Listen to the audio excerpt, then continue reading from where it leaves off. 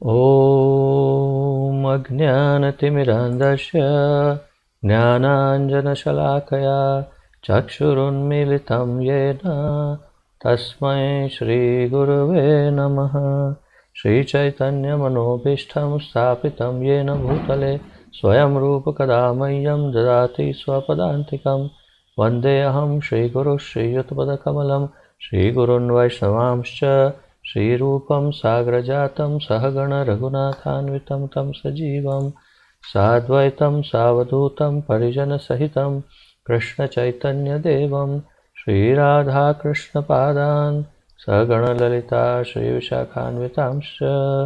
हे कृष्ण करुणा सिन्धु दीनबन्धो जगत्पते गोपेश गोपिकान्त राधाकान्त नमोऽस्तुते। तप्त कांचन गौरांगी राधे वृंदावनेश्वरी वृषभानुसुते देवी प्रणमामि हरिप्रिये। वाञ्छाकल्पतरुभ्यश्च कृपा सिन्धुभ्य एव च पतितानां पावनेभ्यो वैष्णवेभ्यो नमो नमः। अनन्तकोटि वैष्णववृन्द की जय। नमः ओं विष्णुपादाय कृष्णप्रेष्ठाय भूतले श्रीमते जयपताका स्वामिन् इति नामिने। नमो आचार्यपादाय निताय कृपाप्रदायने गौरकथाधामदाय नगरग्रामतारिणे। नमः ओं विष्णुपादाय कृष्णप्रेष्ठाय भूतले श्रीमते भक्तिवेदान्त स्वामिन् इति नामिने। नमस्ते सारस्वते देवे गौरवाणी प्रचारिणे निर्विशेषशून्यवादी पाश्चात्यदेशतारिणे। जय श्री कृष्ण चैतन्य प्रभु नित्यानंद श्री अद्वैत गदाधर श्रीवासादि गौर भक्तवृंद। हरे कृष्ण कृष्ण कृष्ण हरे हरे हरे राम राम राम हरे हरे। हरे कृष्ण कृष्ण कृष्ण हरे हरे हरे राम राम राम हरे हरे। हरे कृष्ण कृष्ण कृष्ण हरे हरे हरे राम राम राम हरे हरे। आप सबका बहुत बहुत स्वागत करता हूं मैं आज के इस अत्यंत महत्वपूर्ण कार्यक्रम में, जिसके अंतर्गत जैसा कि आप जानते हैं हम लघु ग्रंथ श्री ईशोपनिषद का अध्ययन कर रहे हैं। और इस अध्ययन के दौरान हम अभी चौथे श्लोक तक पहुंच गए हैं। हमने 3 श्लोकों का अध्ययन समाप्त किया है और चौथा श्लोक या चौथा मंत्र ईशोपनिषद का, इसकी आज हम चर्चा प्रारंभ करेंगे। तो आइए मैं प्रारंभ करता हूं, आप सब ध्यान दीजिएगा।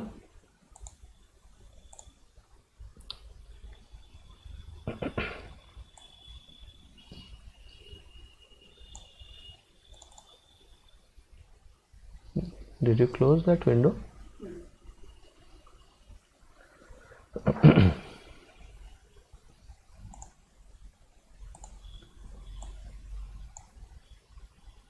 श्री ईशोपनिषद मंत्र 4। अनेजदेकं मनसो जवीयो नैने देवा आप्नुवन् पूर्वमर्षत् तद्धावतोऽन्यान्येति तिष्ठत् अन्यति तिष्ठत् तस्मिन्नपो मातरिश्वा दधाति। अनेजदेकं मनसो जवीयो नैने देवा आप्नुवन् पूर्वमर्षत् तद्धावतो अन्यान्येति तिष्ठत् तस्मिन्नपो मातरिश्वा दधाति। एक एक शब्दों का अर्थ अब हम देखेंगे। अनेज स्थिर, एकम एक, मनसः मन की अपेक्षा, जवीयो अधिक तेज, न नहीं, एतन एनत यह परमेश्वर, देवाहा इंद्र जैसे देवता आपनुवन पहुँच सकते हैं, पूर्वम समक्ष अर्षत तेजी से चलते हुए, तत् वह धावत दौड़ने वालों को, अन्यान दूसरे, अत्येति अतिक्रमण कर जाता है, तिष्ठत एक स्थान पर रहते हुए, तस्मिन उसमें, अपह वर्षा, मातरिश्वा वायु तथा जल के देवता, दधाति पूर्ति करते हैं। अनुवाद। जैसा कि आप जानते हैं, इस ग्रंथ के का अनुवाद एवं तात्पर्य हमारे इस्कॉन के संस्थापक आचार्य श्री श्रीमद् अभय चरणारविंद भक्तिवेदांत स्वामी श्रील प्रभुपाद जी ने दिया है। श्रील प्रभुपाद की जय। अनुवाद। अपने धाम में स्थित रहते हुए भी भगवान मन से अधिक वेगवान हैं और अन्य समस्त दौड़ने वालों को पछाड़ सकते हैं। शक्तिशाली देवता उन तक नहीं पहुंच पाते। एक स्थान पर रहकर वे वायु तथा वर्षा की पूर्ति करने वाले देवताओं को वश में रखते हैं। वे श्रेष्ठता में सबसे आगे हैं। इस मंत्र से ये सिद्ध हो जाएगा, बल्कि ये सिद्ध हो रहा है। इस अनुवाद से ही हम देख पा रहे हैं कि अब ईशोपनिषद बहुत स्पष्टीकरण कर रहा है ईशोपनिषद कि भगवान एक व्यक्ति है। तो फिर से एक एक लाइन से इसका अनुवाद देखते हैं। अपने धाम में स्थित रहते हुए भी, अपने घर में रहते हुए भी। अपने घर में कौन रहता है, व्यक्ति या बादल? कोई निराकार बादल घर में रहता है या व्यक्ति घर में रहता है? व्यक्ति घर में रहता है। तो यहाँ पर सिद्ध हो रहा है अपने धाम में स्थित रहते हुए भी, तो कोई व्यक्ति है जो अपने घर में रहते हैं। भगवान मन से अधिक वेगवान है, मन से अधिक वेगवान है। तो स्पीड उनकी अधिक है। किससे अधिक है? मन से भी अधिक है। मैं अगर आपको कहूँ, जैसे ही मैं ये चुटकी ऐसे करूँ तो आप ये चुटकी देखते ही तुरंत अपने गांव में, अपने घर के अंदर जो आपका मेन रूम है, वहाँ पर जो चेयर है उसके अंदर बैठ जाना। ठीक है, 1 2 3 चले गए ना, सब पहुँच गए। मन की ये स्पीड है। मन की स्पीड से कई गुना अधिक स्पीड भगवान की है। अर्थात ये भी एक व्यक्ति का ही परिचय है कि जो मन के वेग से, स्पीड से अधिक है और अन्य समस्त दौड़ने वालों को पछाड़ सकते हैं। बाकी जितने दौड़ने वाले हैं उन सबको पीछे कर सकते हैं। अर्थात अगर वो दौड़ में हिस्सा लेंगे तो मेरे ख्याल से, अधिक बहुत ज़्यादा ज्ञान नहीं है मेरा, परंतु मिल्खा सिंह दौड़ने वाले थे शायद, एक दौड़वीर थे। नहीं, मिल्खा सिंह नहीं, Milkha Singh, something like that. फिर पीटी उषा थी एक ज़माने में, जो दौड़ने में बहुत, ये हम भारतीयों की बात कर रहे हैं। तो जो वर्ल्ड में, जो ओलंपिक में जो गोल्ड मेडल लाता है, वो अगर भगवान के साथ रेस लगाए तो वो सोच भी नहीं सकता। वो अभी अपनी आँखों को एक पलक झपकाएगा, उतनी देर में तो भगवान वहाँ से पूरे सारे चक्कर लगा के उसके कंधे पे हाथ रख के खड़े होंगे कि हाँ भाई मेरा हो गया, अब तू निकल। तो तात्पर्य राज को बहुत मज़ा आ रहा है। तो ये है कि ये बिल्कुल एनिमेशन मूवी जैसा लगता है, परंतु भगवान की स्पीड इतनी ही अधिक है। और कितने अधिक फास्ट हैं। शक्तिशाली देवता उन तक नहीं पहुंच पाते। तो इंद्र जैसे या कोई भी अन्य जो भी देवी देवता हैं, कोई देवी देवता भी उन तक नहीं पहुंच पाता। इतनी उनकी स्पीड है और इतने वे फास्ट हैं। तो एक स्थान पर रहकर वे वायु तथा वर्षा की पूर्ति करने वाले देवताओं को वश में रखते हैं।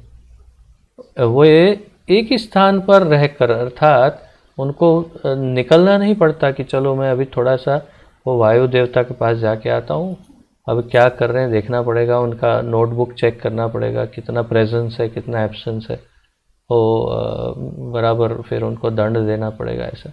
और वो वर्षा वाले क्या कर रहे हैं भाई, मुझे तो खुद जाके देखना पड़ेगा वहाँ पर, नहीं है तो थोड़ा नल खोल के आना पड़ेगा, और उसमें अगर उसका वॉशर ख़राब हो गया है तो प्लम्बर को बुलाना पड़ेगा।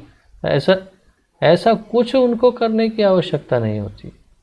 वे अपने ही निज धाम में रहते हुए अपने ऑटोमेटिक सिस्टम का जब बटन दबा देते हैं स्टार्ट, तो अपने आप ये सब चलता रहता है। तो एक स्थान पर रहकर वे वायु तथा वर्षा की पूर्ति करने वाले देवताओं को वश में रखते हैं।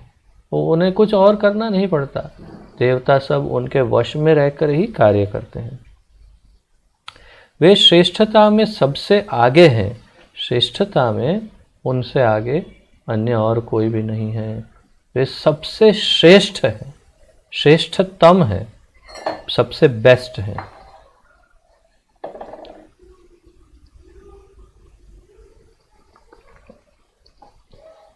अब तात्पर्य देखते हैं। श्रील प्रभुपाद जी बताते हैं, बड़े से बड़ा दार्शनिक भी मानसिक चिंतन द्वारा परमेश्वर अर्थात पूर्ण पुरुषोत्तम भगवान को नहीं जान पाता। तो चाहे कितना भी बड़ा दार्शनिक हो, कोई मानसिक चिंतक हो, फिलोसोफर या क्या कहते हैं उसे, हाँ फिलोसोफर या कोई चिंतक, कोई ज्ञानी, कोई बौद्धि, कोई ध्यानी, कैसा भी क्यों ना हो, कोई ऋषि, कोई महर्षि, कोई भी हो, तो बड़े से बड़ा दार्शनिक भी मानसिक चिंतन द्वारा परमेश्वर अर्थात पूर्ण पुरुषोत्तम भगवान को नहीं जान पाता। वे तो अपने भक्तों द्वारा अपनी कृपा से ही जाने जा सकते हैं। तो वे कैसे जाने जा सकते हैं? So that sound is coming again today.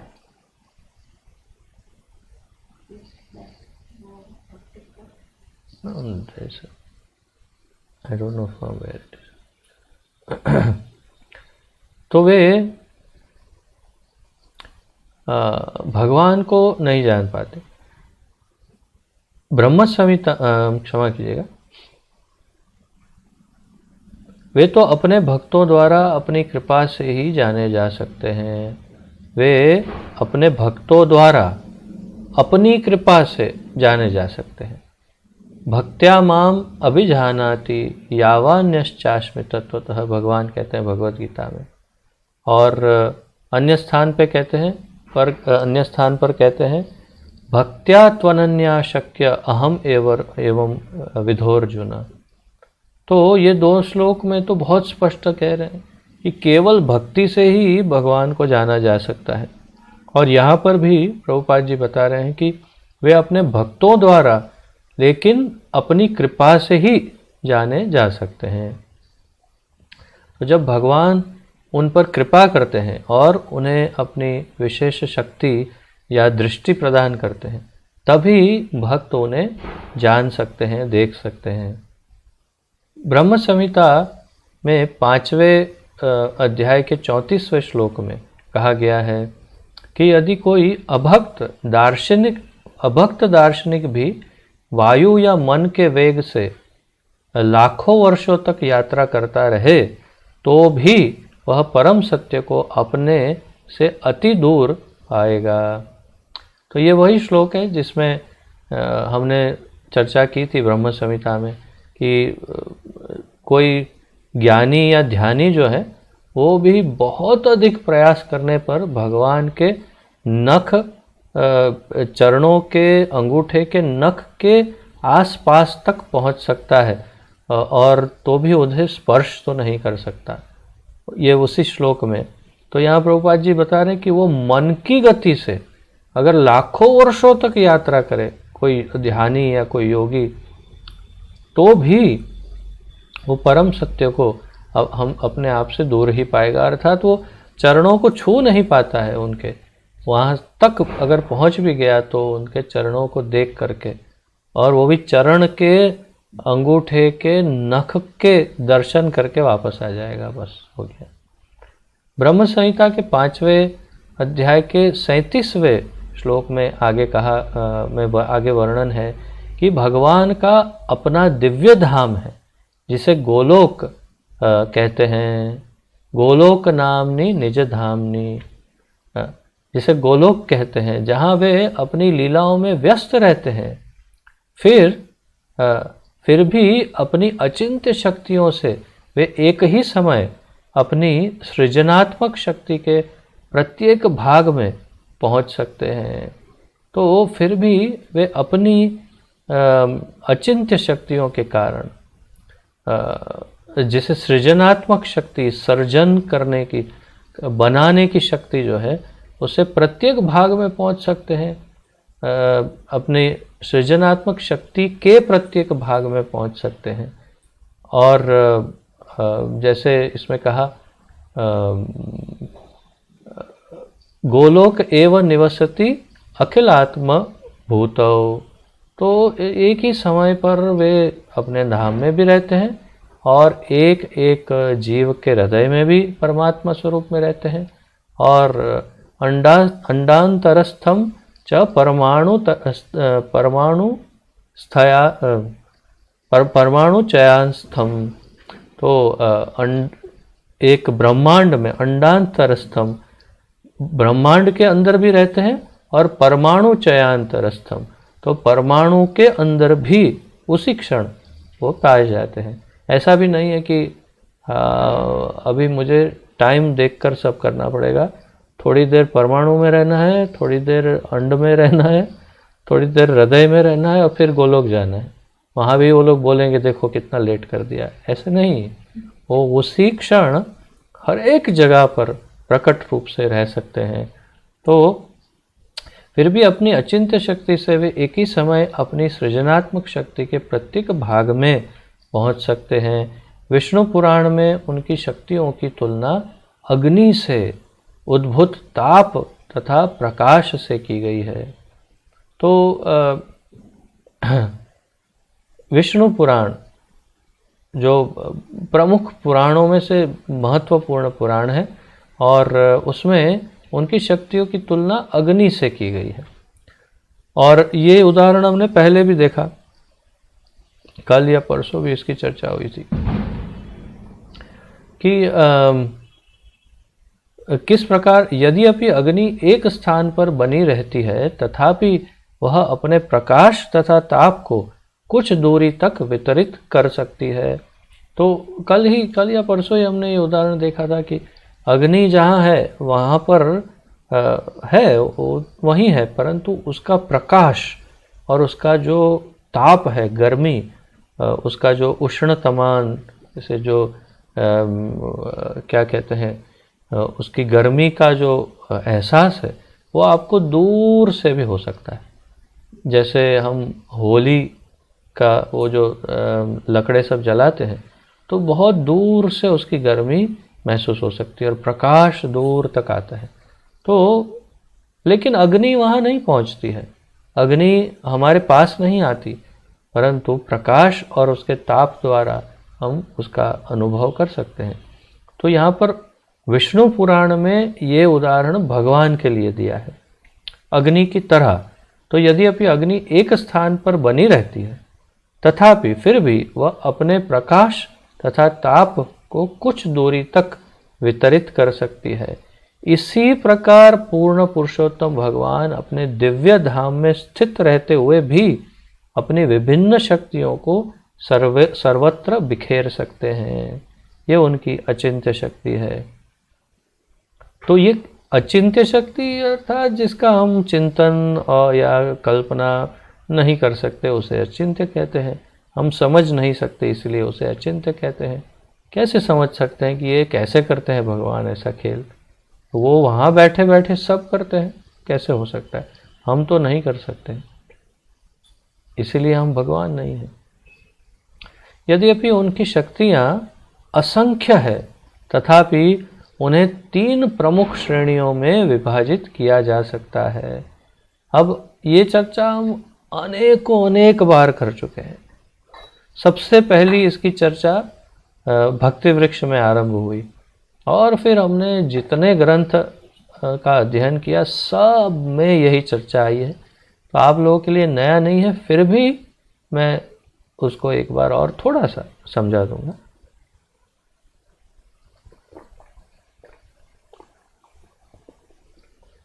यद्यपि उनकी शक्तियाँ असंख्य है, भगवान की शक्तियाँ असंख्य है, तथापि फिर भी उन्हें 3 मुख्य श्रेणियों में विभाजित किया जा सकता है। तो अनंत शक्तियाँ होने के बाद भी उनको 3 मुख्य भाग में भगवान की शक्ति को विभाजित करते हैं। अंतरंगा शक्ति, तटस्था शक्ति तथा बहिरंगा शक्ति। मुझे आशा है आप में से कोई भी ऐसा नहीं होगा जिसे इन शब्दों का परिचय ना हो। आप भली भांति इन तीनों व्याख्याओं से परिचित होंगे। इन श्रेणी में सबसे में से प्रत्येक के हजारों लाखों उपभेद हैं। प्रभुपाद जी कह रहे हैं ये जो 3 हैं, अंतरंगा शक्ति, तटस्था और बहिरंगा, इन तीनों के एक के हजारों और लाखों उपभेद हैं। अर्थात अंतरंगा शक्ति के हजारों अलग विभाजन, तटस्था के अलग विभाजन, बहिरंगा के अलग अलग विभाजन होते हैं। तो ये बहुत ही ज़्यादा कॉम्प्लिकेटेड, बहुत पेचीदा, बहुत गहन है, परंतु हम बड़ी सरलता से उसे सीख रहे हैं। बहुत ही सरल बना करके हमें बताया जा रहा है, क्योंकि हमें बहुत ज़्यादा गहन जाने की आवश्यकता क्या है? हमें क्यों उतनी डीप में जाना है कि नहीं मुझे तो 1000 टाइप की जो अंतरंगा है वो सब बताइए, वो नहीं तो मैं नहीं चलेगा, मुझे तो सब जानना है। जान के क्या करेंगे हम? प्रयोजन क्या है जानने का? केवल अपने अहंकार को पोषित करने के लिए यदि ज्ञानी बनने का अहंकार पोषित करना हो तो अलग बात है, अन्यथा आवश्यकता नहीं है। ये सब ज्ञान प्राप्त करने की आवश्यकता नहीं है। तो फिर भी जो मैं आपको बता रहा था, अंतरंगा शक्ति अर्थात भगवान की पराशक्ति, जो श्रीमती राधा रानी भी कहते हैं, जिनके अंदर और फिर 3 विभाजन होते हैं, संवित, संधिनी और आह्लादिनी। तो आह्लादिनी भी कहते हैं, और वही अंतरंगा शक्ति है। फिर तटस्था शक्ति जो दोनों के बीच में है, तट के जैसे, समुद्र के तट जैसा, जो हर बार आपको उदाहरण दिए हैं। तो वो तट जैसी शक्ति जो है वो हम हैं, जीवात्मा। सारे जीव तटस्था शक्ति है। और अपरा शक्ति या बहिरंगा शक्ति जो परा नहीं, जो निम्न कोटि की है, जो प्रकृति जिसे कहते हैं, जिसे माया कहते हैं, महामाया कहते हैं, जिसे दुर्गा भी कहते हैं, ये अपरा या बहिरंगा शक्ति है भगवान की। ये 3 मुख्य शक्ति, वायु, प्रकाश, वर्षा इत्यादि प्राकृतिक घटनाओं को नियंत्रित करने वाले शक्ति संपन्न प्रमुख देवता परम पुरुष की तटस्था शक्ति के अंतर्गत आते हैं। तो जो देवता हैं,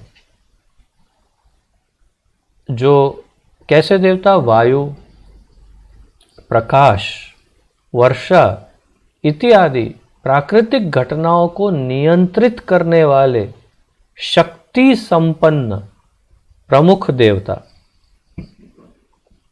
तो सबसे पहले तो वायु को, फिर प्रकाश, वर्षा को, ये सब को जो नियंत्रित कर सकते हैं, जिनको शक्ति दी गई हुई है, शक्ति संपन्न, ऐसे प्रमुख देवता परम पुरुष की तटस्था शक्ति के अंतर्गत आते हैं।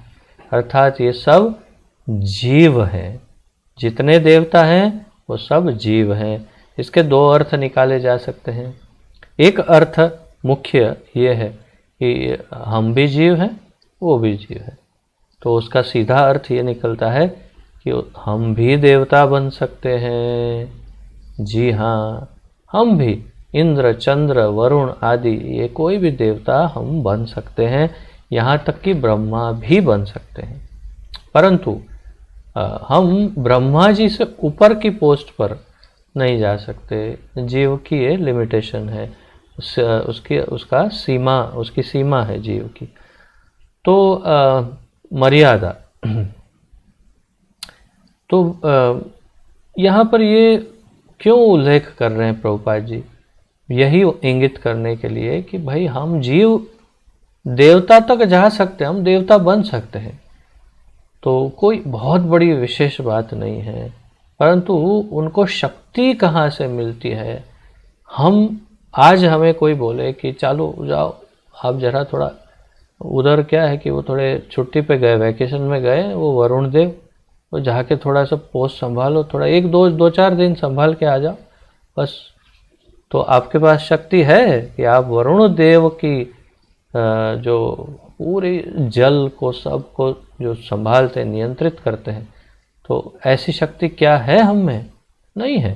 तो ये शक्ति भगवान प्रदान करते हैं, तभी ये जीव ये कार्य कर सकते हैं।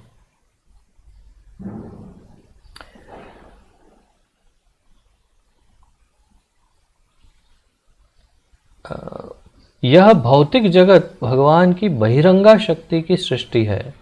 तो ये भी हम ब्रह्म संहिता में सब, तो ये भौतिक जगत है जो भगवान की बहिरंगा शक्ति की सृष्टि है, और परव्योम या ईश्वर का धाम उनकी अंतरंगा शक्ति का प्राकट्य है। बहुत विस्तार से हमने ये सब ब्रह्म संहिता में सीख लिया। भगवान की अंतरंगा शक्ति जो है वो परव्योम या वैकुंठ जगत या गोलोक धाम आदि उसका निर्माण करती है, और उनकी जो बहिरंगा शक्ति है माया, वो इस भौतिक जगत का निर्माण करती है। ये हमने बहुत ही विस्तार से सब सीख लिया है ब्रह्म संहिता में। इस प्रकार भगवान की विभिन्न शक्तियाँ सर्वत्र विद्यमान है। यद्यपि भगवान तथा उनकी शक्तियों में कोई अंतर नहीं है, लेकिन किसी को भी गलती से यह नहीं मान लेना चाहिए कि ये शक्तियाँ ही परम सत्य है और परमेश्वर केवल निराकार रूप से सर्वत्र व्याप्त है, कि उनका साकार रूप नहीं होता, ऐसा मानने की कोई आवश्यकता नहीं, क्योंकि ये सत्य नहीं है। ये केवल एक गलत मनोधारणा है। सत्य ये नहीं, सत्य है कि वो परम पुरुष हैं जो अपने निज धाम में रहते हैं, और उनकी जो शक्तियां हैं, विभिन्न शक्तियां, वे अपना कार्य करती है, और वो सब भगवान के नियंत्रण में है ये सारी शक्तियां। जबकि ये शक्तियां भगवान जितनी शक्तिशाली हैं, परंतु फिर भी भगवान के नियंत्रण में है, भगवान उनके स्वामी हैं। ये अनियंत्रित होके कभी, जैसे सर्कस में आप जाते हैं, अब तो होते हैं बहुत, अब तो कम हो गए सर्कस, परंतु हम जब छोटे थे तो बहुत सर्कस आते थे। सर्कस में जाते हैं तो वहाँ पर जंगली जानवरों का खेल होता है। उसमें सिंह, बाघ आदि को एक रिंग मास्टर होता है, वो लेके आता है। उसके हाथ में एक बड़ी चाबुक होती है, सब शेरों को कंट्रोल करता है। और कभी ऐसे बहुत किस्से हुए भी हैं कि कभी उसकी वो चाबुक उसके पास नहीं, या कुछ इधर उधर हो गया, तो वो शेर या जो चीते या जो बाघ या सिंह जो है उसमें से उसके ऊपर एक आध अटैक कर देता है और फिर वो उन्हें नियंत्रण नहीं कर सकता। तो ऐसा रिंग मास्टर जैसी दुर्दशा भगवान की कभी नहीं होती। ऐसा नहीं होता कि बस ये शक्ति अब उनके नियंत्रण से बाहर हो गई और अब भगवान उसे कंट्रोल नहीं कर सकते, ऐसा नहीं होता है। तो इस प्रकार भगवान की विभिन्न शक्तियां सर्वत्र विद्यमान है। यद्यपि भगवान तथा उनकी शक्तियों में कोई अंतर नहीं, लेकिन किसी को भी गलती से यह नहीं मान लेना चाहिए कि ये शक्तियां ही परम सत्य है, ऐसा नहीं मानना चाहिए। और यही गलती आज लोग कर रहे हैं। आद्य शक्ति को परम मानते हैं, दुर्गा को, अम्बा, जगदम्बा, ये जो भी है उन्हें परम शक्ति मानते हैं, परंतु ये सत्य नहीं है। अब आप लोग तो अच्छी तरह से जान गए हैं, ब्रह्म संहिता में ब्रह्मा जी ने प्रमाण भी दिए हैं। तो उनकी शक्तियाँ शक्तिशाली है, परंतु परम शक्ति नहीं है। और परमेश्वर एक निराकार रूप बादल जैसा सर्वव्यापी है, ऐसा भी नहीं मानना चाहिए। लोग अपनी समझ की क्षमता के अनुसार विभिन्न निष्कर्षों पर तक पहुंचने के आदी हैं। लोगों को ये आदत है कि अपनी क्षमता, समझ की क्षमता के अनुसार विभिन्न निष्कर्षों तक पहुंचने की उनकी आदत है। अर्थात वो अपने आप ही ख्याली पुलाव उसे कहते हैं, अपने मन में ही कोई पुलाव पकाते हैं ख्याली कि नहीं ये तो ऐसा होगा, भगवान तो ऐसे ही होंगे, भगवान वैसे होंगे, ये हाँ ये ठीक है, ये बराबर अच्छा लगता है। जैसे गणेश जी का वर्णन शास्त्रों में है कि गणेश जी कैसा क्या पहनते हैं, क्या खाते हैं, उनके कितने हाथ हैं, एक एक हाथ में क्या क्या आयुध अर्थात शस्त्र हैं, ये सब अस्त्र शस्त्र, ये सब वर्णन सब है, उनका वाहन क्या है। परंतु जब गणेश चतुर्थी का उत्सव आता है तो हम क्या देखते हैं, भाई एक जैसे गणेश जी यदि पूरे विश्व में हो, जहाँ देखो जिस गली में गणेश सब लाते हैं, अगर सब एक जैसे गणेश हो तो बहुत बोरिंग लगेगा। इसलिए लोग सोचते नहीं ऐसा कैसे, कुछ इनोवेटिव करते हैं, कुछ हटके, जरा क्या हटके, शास्त्रों से हटके, शास्त्रों को हटाओ, कुछ नया। गणेश जी के हाथ में बैट दे दो, उन्हें गोगल्स पहना दो, उनके हाथ में सुदर्शन चक्र दे दो, उन्हें यहाँ मोर पंख लगा दो, और उनके हाथ में त्रिशूल दे दो, और उनको शेर पर बैठा दो, उनको विमान में बिठा दो, उनको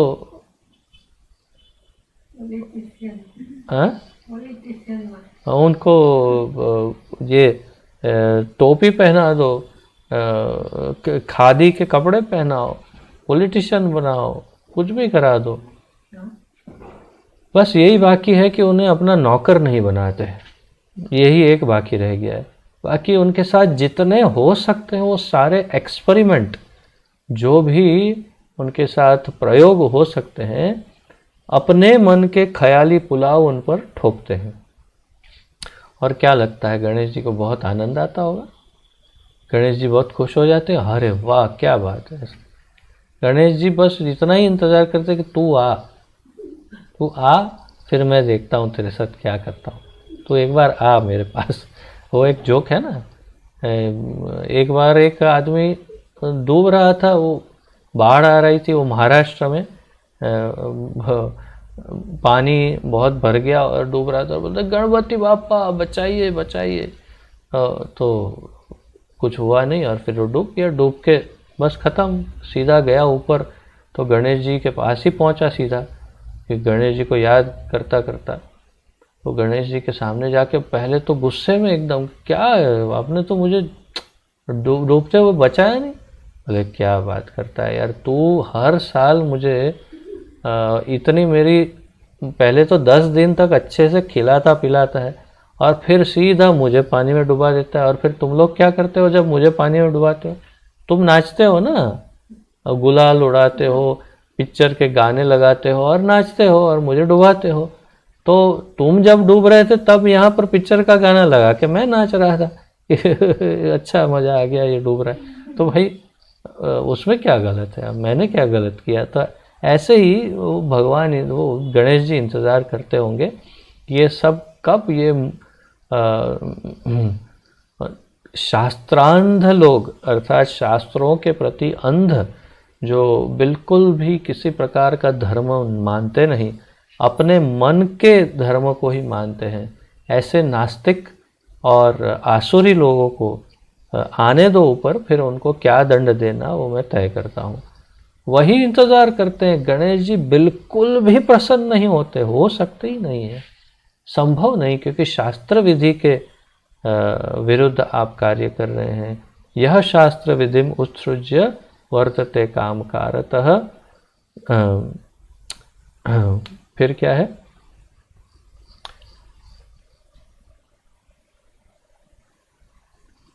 न सुखम न पराम गतिम।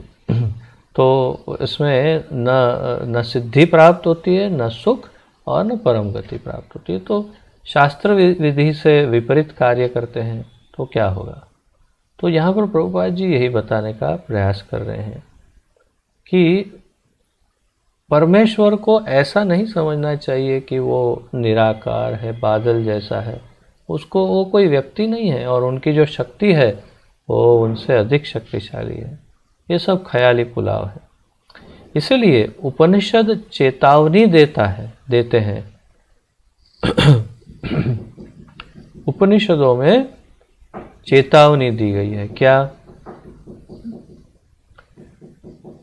कि कोई भी अपनी सीमित शक्ति से भगवान तक नहीं पहुंच सकता। कोई भी मनुष्य अपनी स्वयं की सीमित शक्ति के द्वारा भगवान तक नहीं पहुंच सकता।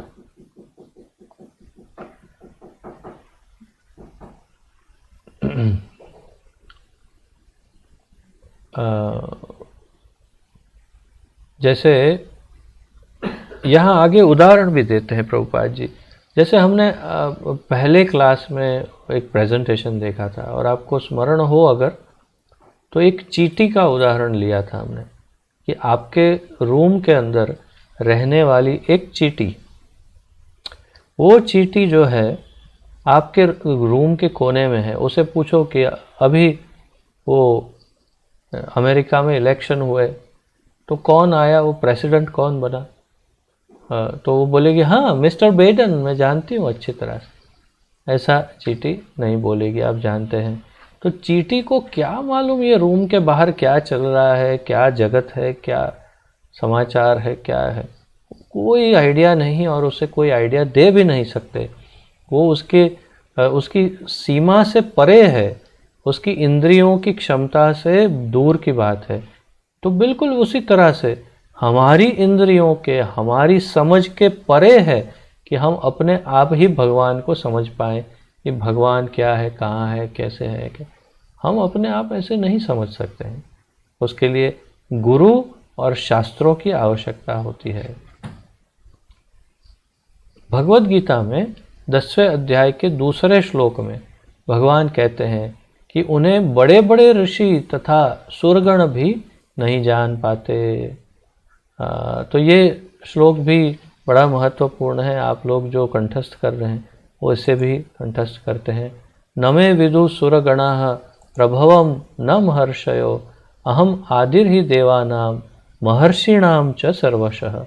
तो नमे विदु सुरगणाः, मुझे कोई सुर अर्थात देवता या कोई और गण, या तो फिर कोई ऋषि, कोई महर्षि, या कोई तपस्वी, कोई ज्ञानी ध्यानी, कोई भी नहीं समझ सकता मुझे। अहम आदिर ही देवानाम महर्षिणाम च सर्वशः, सभी देवताओं और सभी ऋषि महर्षियों का आदि मूल मैं ही हूँ, भगवान कहते हैं 10वें अध्याय के दूसरे श्लोक में। तो फिर उन असुरों के विषय में क्या कहा जाए जिनके लिए भगवान कि गतिविधियों को समझने का प्रश्न ही नहीं उठता। अगर ये देवता, ब्रह्मा जी, शिव जी, इंद्र, अगर ये भगवान को नहीं समझ सकते, अगर बड़े बड़े ऋषि जैसे कपिल, और कपिल जी तो स्वयं भगवान का अवतार है, परंतु देवल, व्यास, नारद जी फिर भी लीला अवतार है और भगवान के परम भक्त है। परंतु एक उदाहरण कि महर्षियों का यहाँ नाम लिया है, तो बड़े बड़े महर्षि, देवतागण, कोई भगवान को वास्तव में, जितने मैंने नाम लिए, भले वो बड़े उन्नत क्यों ना हो, परंतु फिर भी भगवान को पूर्ण रूप से नहीं समझ सकते। यहाँ तक कि अनंत शेष भी, ये एक श्लोक में बताया है कि अनंत शेष अपने अनंत मुखों से भगवान के गुणों का वर्णन करते हैं और फिर थक जाते हैं और फिर देखते हैं कि हाँ, कहाँ पहुँचे। देखते हैं कि जितने गुण मैंने अभी व्याख्या किया उससे 3 गुना दिख रहे हैं ज़्यादा, और फिर बोलना चालू करते हैं, फिर थक जाते हैं, फिर देखते हैं क्या हुआ, ओ 3 गुना बढ़ गए गुण। तो अनंत स्वयं जो भगवान का ही विस्तार है, वही अगर भगवान के गुण नहीं समझ सकते, स्वयं भगवान ही अपने गुणों को नहीं जानते, ये कहा है शास्त्रों में, तो फिर हम भगवान को कैसे अपनी इंद्रियों से समझ सकते हैं और जान सकते हैं। यही प्रभुपाद जी कहना चाहते हैं। यह चौथा मंत्र स्पष्ट कर देता है कि परम सत्य अंततः परम पुरुष हैं, अन्यथा उनके साकार रूप के समर्थन में इतनी विविधता का उल्लेख करने की कोई आवश्यकता न होती। तो ये बहुत स्पष्ट हो गया कि वो एक पुरुष ही है, एक व्यक्ति है, अन्यथा उतनी उनकी जो विविधता है, उनके अंदर जो अलग अलग गुण सब है, वो एक व्यक्ति में ही उसका वर्णन हो सकता है। कोई बादल में ऐसा नहीं होता है, कोई निराकार बादल हो, हवा का गोला हो कोई, जिसका कितना वर्णन कर सकते हो भाई, हवा का गोला है एक, उसमें क्या वर्णन कर सकते। लेकिन एक कोई व्यक्ति है तो उसमें अनंत गुण हो सकते हैं, ये संभव है। तो ये स्पष्ट हो गया कि ये भगवान एक व्यक्ति है, और ये सिद्ध कौन कर रहा है? ईशोपनिषद। यद्यपि भगवान की शक्तियों के प्रत्येक अंश में साक्षात भगवान के सारे लक्षण रहते हैं, भगवान की शक्तियों में, शक्तियों के प्रत्येक अंश में, अर्थात हम तटस्थ शक्ति है और हम उनका अंश है, तो हम में भी भगवान के सारे लक्षण रहते हैं, लेकिन उनका कार्य क्षेत्र सीमित रहता है। तो हमारे लक्षणों का कार्य क्षेत्र बहुत सीमित है, अतएव वे सभी तरह से सीमित होते हैं। तो हम भगवान की तरह हैं, लेकिन बहुत ही सीमित है, मात्रा में बहुत बड़ा अंतर है। बस इसी बात को स्पष्ट समझ लेना है, मात्रा में बहुत अंतर है। जैसे सूर्य का प्रकाश, अग्नि का प्रकाश या तेज, या उसकी अगन शिखाएं, या समुद्र और समुद्र का थोड़ा सा जल, तो दोनों सेम है, लेकिन बहुत बड़ा अंतर है। और अंतर के कारण शक्तियों में, सामर्थ्य में, गुणों में, ऐश्वर्य में, सब में बहुत बड़ा अंतर है। तो ये अंतर महत्वपूर्ण है, अन्यथा मूल तत्व एक जैसा है। अंश कभी भी पूर्ण के समकक्ष नहीं होता। अंश अंशी के समान कभी नहीं हो सकता। अर्थात यही उदाहरण सेम के समुद्र के अंदर हाथ डाल करके ऐसे जल ले लो, उस जल के अंदर बड़े बड़े जहाज, बड़ी बड़ी व्हेल, शार्क मछलियाँ, ये सब नहीं तैर सकते। परंतु उसी जल को जल में वापस डाल दो और वो समुद्र के अंदर, हाँ बिल्कुल उसमें तैर सकते हैं। तो सेम तत्व है, लेकिन ये अंश और अंशी का जो भेद है वही महत्वपूर्ण है। अंश कभी भी पूर्ण के समकक्ष नहीं होता। अतएव ये अंश भगवान की पूरी शक्ति को समझ नहीं सकते। इसीलिए अंश जो है, हम अंश भगवान की पूरी शक्ति को नहीं समझ सकते। भौतिक प्रकृति के वशीभूत होकर मूर्ख तथा अज्ञानी जीव जो भगवान के अंश स्वरूप हैं, भगवान की दिव्य स्थिति के विषय में अटकलें लगाते हैं।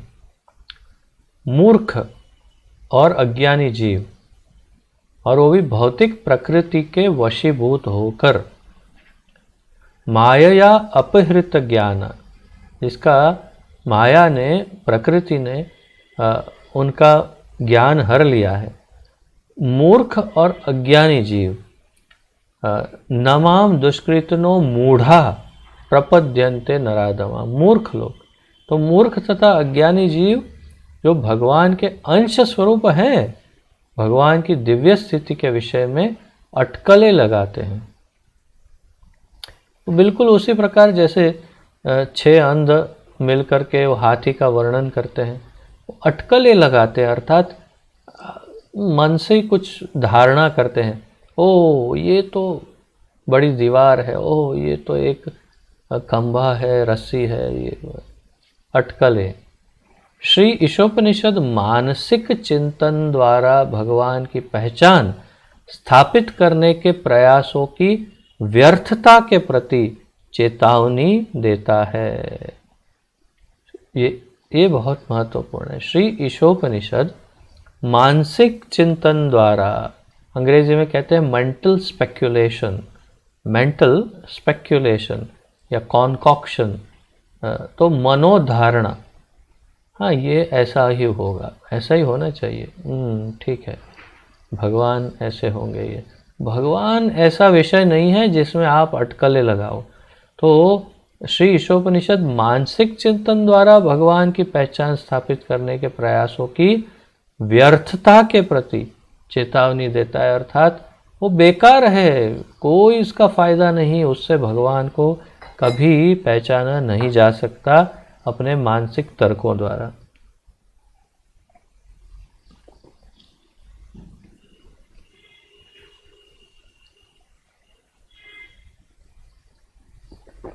मनुष्य को वेदों जैसे सर्वोत्कृष्ट, सर्व उत्कृष्ट स्रोत से भगवान के अध्यात्म तत्व को सीखने का प्रयत्न करना चाहिए।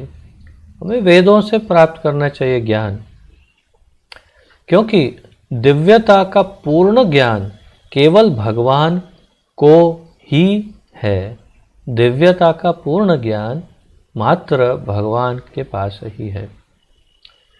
परम पूर्ण का प्रत्येक अंश किसी विशेष शक्ति से संपन्न होता है। परम पूर्ण का प्रत्येक अंश जो है किसी विशेष शक्ति से संपन्न होता है। अर्थात बड़े बड़े उदाहरण लेते हैं। भगवान का अंश शेष नाग, अनंत शेष, विशेष शक्ति, विशेष गुण। भगवान का अंश कारणोदक्षाई विष्णु, विशेष शक्ति, विशेष गुण, विशेष कार्य। भगवान का विभिन्नांश ब्रह्मा जी, विशेष शक्ति, विशेष गुण, विशेष कार्य। और वैसे ही भगवान के तटस्थ शक्ति रूप हम अंश, हमारा सबके लक्षण अलग, सबके कार्य अलग, सबके गुण अलग, सब अलग अलग है। तो कितनी शक्तियाँ और शक्ति के कितने विभिन्न प्रकार, कितने अंश, जितने अंश उतने अलग अलग शक्ति का प्रदर्शन, जिससे वह परमेश्वर की इच्छा अनुसार कर्म करता है। और हम सब मूलतः भगवान की इच्छा के अनुसार कर्म करते हैं या करना चाहिए। जब नहीं करते हैं तो सजा प्राप्त होती है। जब वह जीव रूपी अंश विशेष भगवान की इच्छा द्वारा निर्दिष्ट अपने विशिष्ट कार्यकलापों को भूल जाता है तो वह माया में स्थित समझा जाता है। सब भगवान के अंश हैं, भगवान की इच्छा अनुसार ही सबको कार्य करना है, करना ही पड़ेगा। अगर नहीं करते, भूल जाते हैं तो माया के शासन में उसे डाल दिया जाता है और माया उस पर प्रशासन करती है और उसे दंडित करती है, उस जीव को। और जब सीधा हो जाता है तो उसे वापस भेज देती है भगवान के धाम पे। इस प्रकार श्री ईशोपनिषद हमें प्रारंभ से ही सचेत करती है कि भगवान द्वारा हमारे लिए जो कार्य नियत है हम उसे ही करें।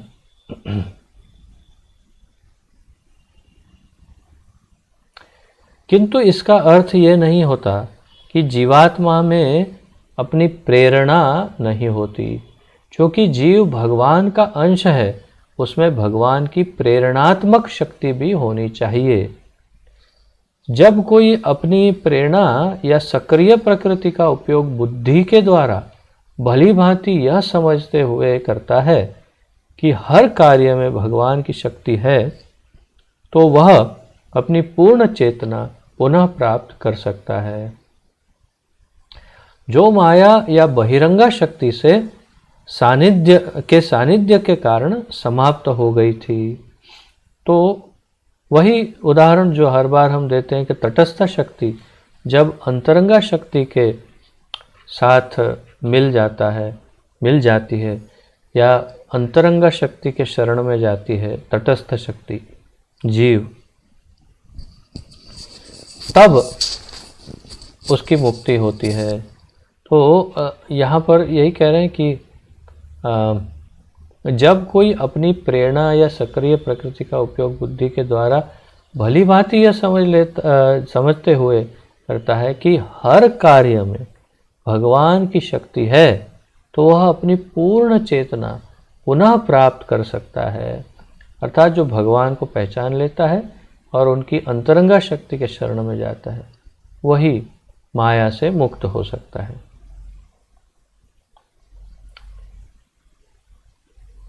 चूंकि सारी शक्ति भगवान से प्राप्त होती है, अतएव प्रत्येक विशेष शक्ति का उपयोग भगवान की इच्छा पूरी करने में करना चाहिए। क्योंकि सारी शक्तियां भगवान से प्राप्त होती है, इसलिए सारी शक्तियों का उपयोग भगवान की इच्छा पूरी करने में करना चाहिए, अन्य किसी कार्य के लिए नहीं। भगवान ऐसी विनीत सेवा की मनोवृत्ति वाले व्यक्ति द्वारा जाने जा सकते हैं। तो जो विनम्र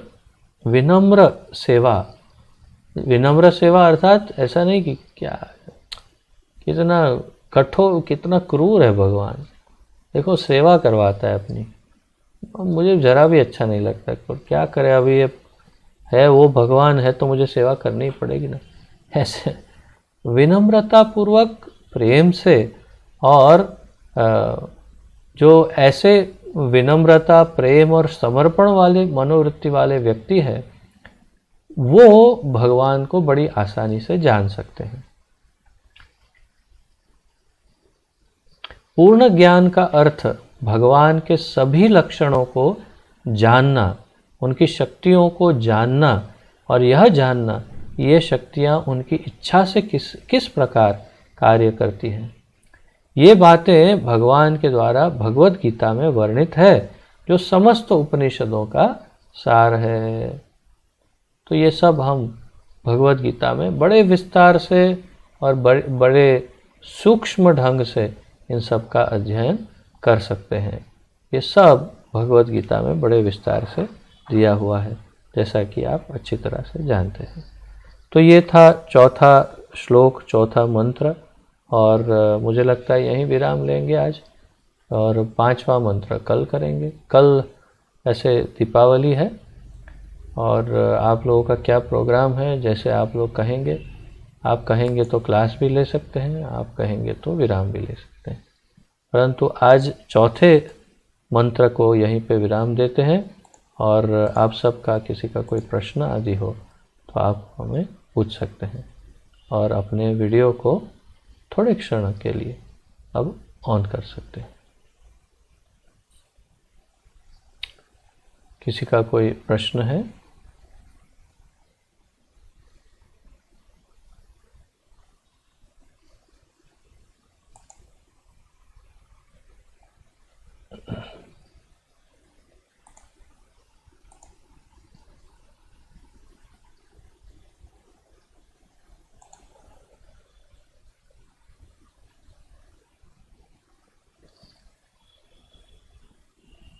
किसी का कोई प्रश्न आदि है?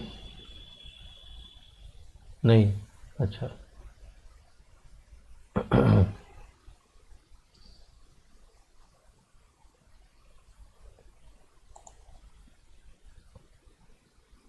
तो हमने आज सार रूप में क्या देखा, अगर इसका एक संक्षिप्त पुनरावर्तन करें तो भगवान अपने धाम में रहते हैं, फिर भी वो मन से अधिक उनकी स्पीड है, और बड़े से बड़े देवताओं को भी वो उसके द्वारा पकड़ में नहीं आ सकते।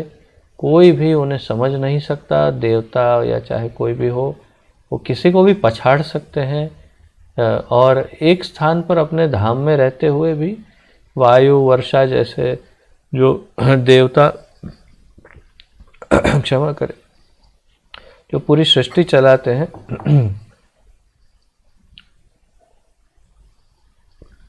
उन सभी देवताओं को अपने धाम में बैठे बैठे नियंत्रित करते हैं, और श्रेष्ठता में सबसे आगे हैं, अर्थात सर्वश्रेष्ठ हैं भगवान हर प्रकार से। तो ये हमने आज सार रूप में चौथे मंत्र में देखा, और पांचवें मंत्र की चर्चा हम कल करेंगे, जिसके अंतर्गत यदि हम देखें तो पांचवें मंत्र में मुख्य रूप से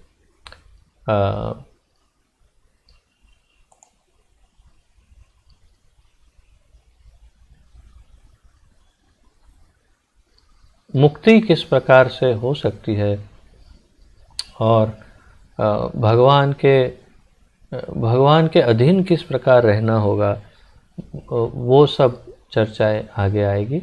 परंतु मूल रूप से स्थापित ये होता है कि भगवान जिस परम शक्ति की हम चर्चा कर रहे हैं, वो वास्तव में एक व्यक्ति है। यही मूल सार इसमें से उत्पन्न हो रहा है। तो आशा है आप सब समझ पा रहे होंगे, और जैसे कि मैं आपसे निवेदन कर चुका हूँ, अगर 2-4 क्षण के लिए वीडियो ऑन कर सकते हैं तो अच्छा रहेगा। हाँ, तो कल क्या करना है फिर आप बताइए, उस प्रकार हम तय करते हैं।